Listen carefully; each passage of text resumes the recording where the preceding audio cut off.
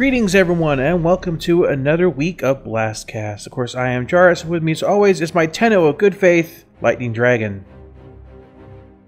This week, Around the Verse covered Procedural Cities, and what I found the most interesting on that was the fact that it was based on a piece of software one of the developers had created, which procedurally created Paris. And they kind of used that as a root for the technology that was used to create the procedurally generated cities.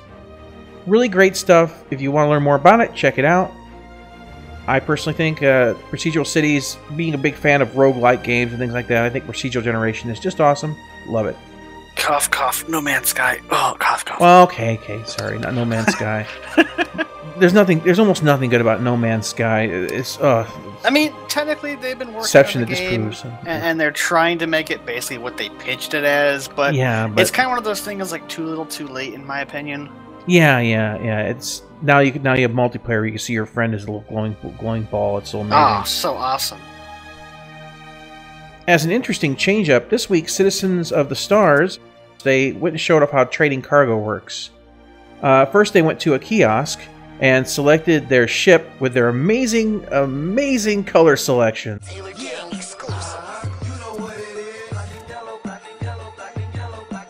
Not to mention the font size on selecting the ships, and I'm pretty sure that was like a dev list of ships, because there was a bunch of them that were just incredibly long, so that list probably wouldn't be the same for everybody, obviously, but still, the fact is, that text was really, really hard to read, even at full screen. Oh yeah, but Lightning, tell me what you think of the colors.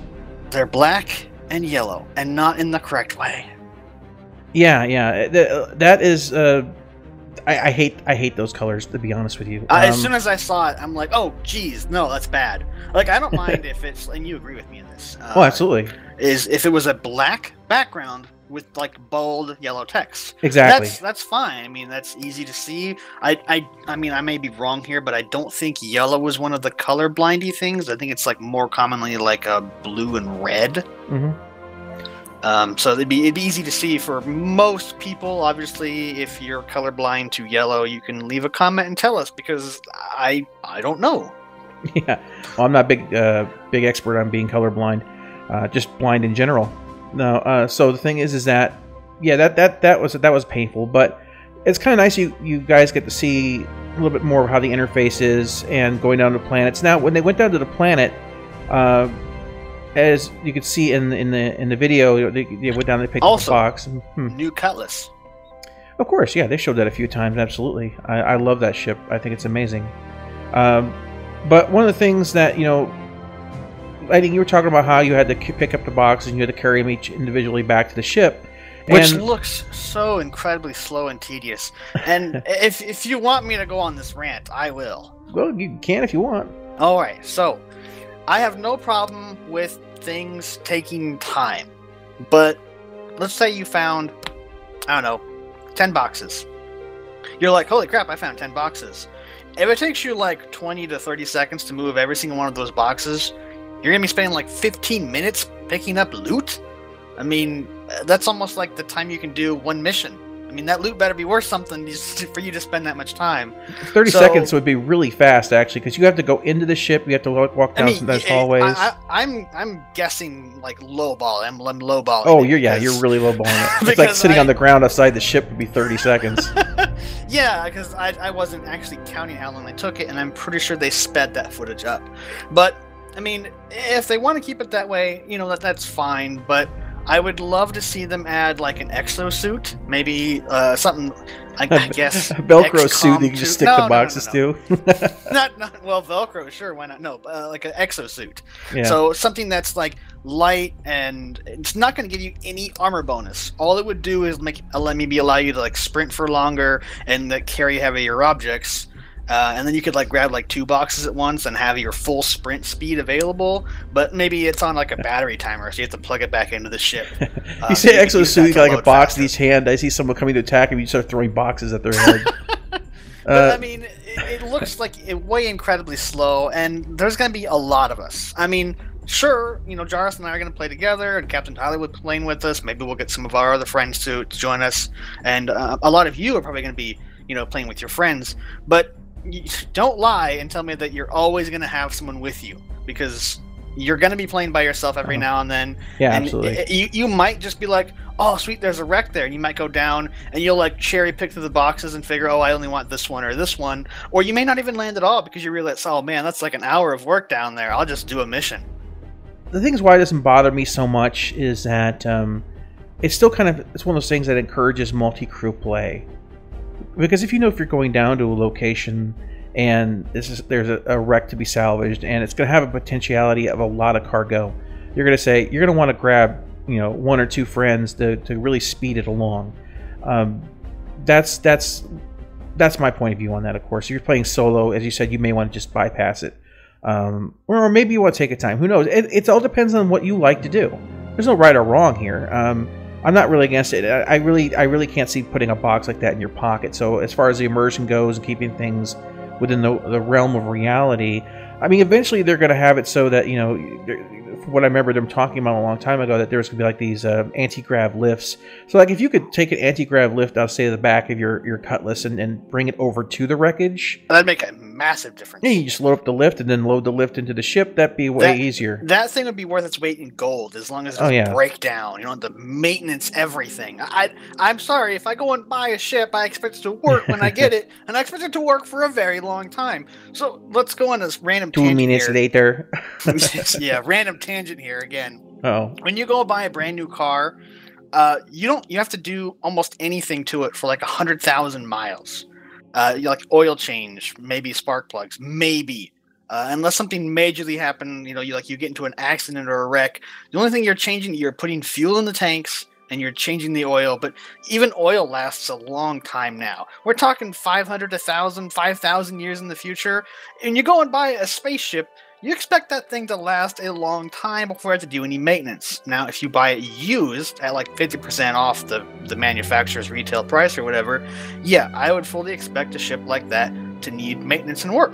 But eventually, after you fix all the things, you shouldn't have to have any maintenance. And that's not for a while. A little bit off topic, but... Well, the reason that I agree with your statement there is because of one part of the lore. You know, we talking about the Banu merchantmen. How these ships are passed down from generation to generation. Yeah, you're talking about like 100 to 1,000-year-old ship. Right, so it's like, in that case, then ships clearly can keep being maintained. As long as they're maintained, they can stay around a while. So yeah, that was kind of a tangent that you said, but you know what, that's fine. I mean, I agree. That's something I think that they need to really figure out. I can see components, not the ship, but we've covered that before. It's not a big deal. But yeah, I mean, obviously components are going to wear out eventually, especially if you're in a combat ship and you go into combat situations. Obviously, that's not within the expected, like if you're driving a car, right? You don't drive a car into a battlefield. You don't drive your cars off-road very often. So, I mean, even military ships... With my eyesight? Just kidding. Well, one last thing here, then we get back to the subject, our docket, whatever. But military battleships back in the World War II era, the cannons that actually fired the main cannon or the main guns, they were rated for a couple hundred rounds. Now it depended on, you know, which ship, what caliber, who made it, but I don't have any numbers in front of me. But you shot like 160 to like 200 rounds through this barrel, and then you replaced the barrel. I mean, it was a combat ship. You know, it always needed work.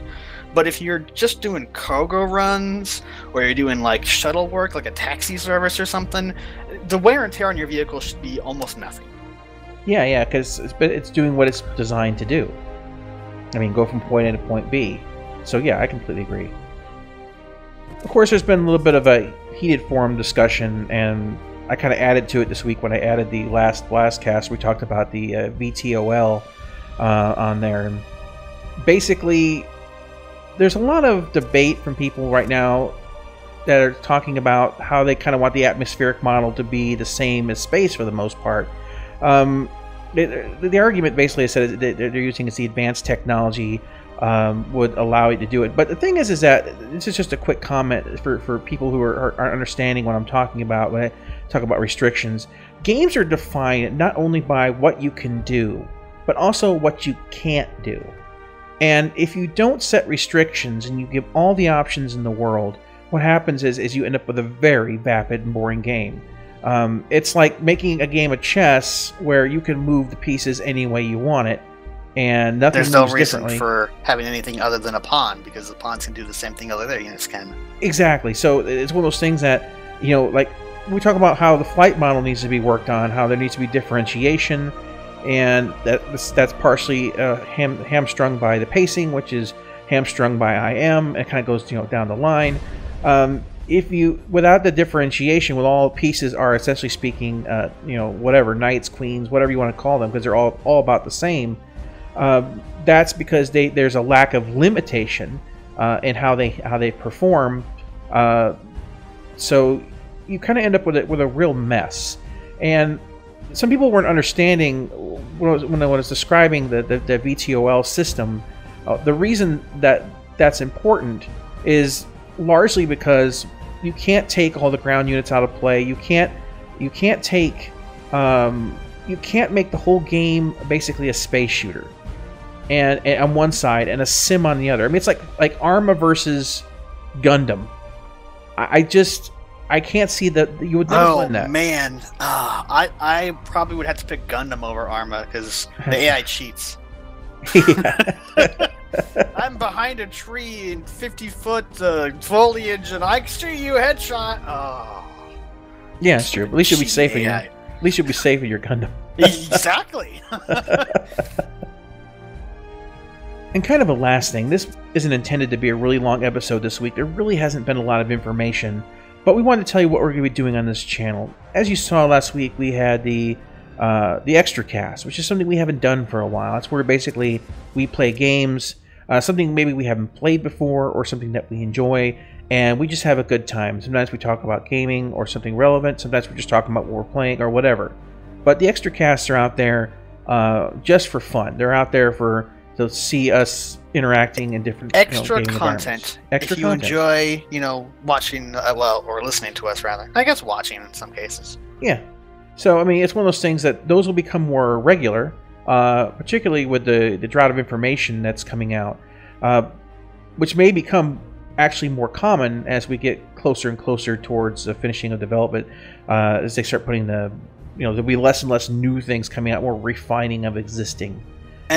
And probably after we get, everyone gets their hands on 3.0, some of those extra casts might be Star Citizen. Oh, absolutely, absolutely. That's a huge part of it. Also, as well, we're going to be doing a new series. We're going to be calling it Deep Dive, and what that series is we're going to go over anything in the game industry that particularly interests us this week. It could be a game we like. It could be a game mechanic. It could be a news article. It could be something out there in the gaming industry that you want us to talk about when you leave a comment down below. Just say, hey, I'd like you to talk about this, and then we'll just add it to the list of things to talk about, depending upon how time-worthy, or not time-worthy. How much information we can get about it. Well, I was gonna say, time-sensitive. That's what I was looking for. Like I think if it's a brand new, hot off the presses kind of item, we'll prioritize. But it's one of those things that we kind of want to go into it a little bit, because there's been a lot of people who make comments that they'd like to hear us talk about other games and other game mechanics, and we'd be happy to do it. Of course, we're not perfect. We'll try to do some research on things, but a lot of it's going to be our impressions on things. It'll be the best information that we can get without trying to be amazingly technical about everything, because we're not game developers. No, we're not. And but I think players are just as important. Our impressions of things. I think players are more important, because that's what the games are designed for. Usually. Yeah, exactly. Yeah, that's true. Unlike Battlefront EA Loot Box Edition. That was so awesome. It said we had mentioned that on the last, what was it, on the Citizens Corner, or it was on the BlastCast. I'd mentioned that if EA doesn't, and the companies don't stop with loot boxes, that there'll probably be legislation coming soon. Well, it looks like that's very much the case. That is coming down the line now. It looks like legislation in other countries that might actually be being looked at about loot boxes. So thank you, EA, for finally pushing, adding that one last straw onto that camel and snapping its back. I think this is going to be a beautiful thing for the gaming industry. Burn me, burn.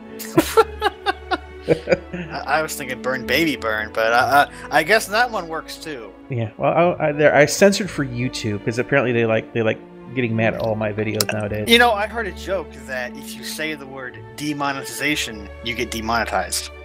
I hate you. All right, guys. Well, that's about everything for this week's BlastCast. Leave comments down below. As I said, not much news and information, but with the deep dive series coming out, if there's something that you want us to cover, if there's a trend in the gaming industry, if there's anything at all, a news article, you can either message me down below in the comments section, or you can contact me on Twitter, and I'll be happy to go ahead and review that and see what I make of it and discuss it with Lightning. And if we feel that it's a good contribution, we will go ahead and build a show around it. Alright guys, well, we'll go ahead and catch you on whatever video we're doing next, because I don't even know at this point in time with all the stuff in the air. We have quite a few things planned in the works. So Yeah. I spent a large chunk of last night downloading material and setting up material for our first deep dive, which, by the way, I'm not going to tell you, so you just have to wait. It's a surprise.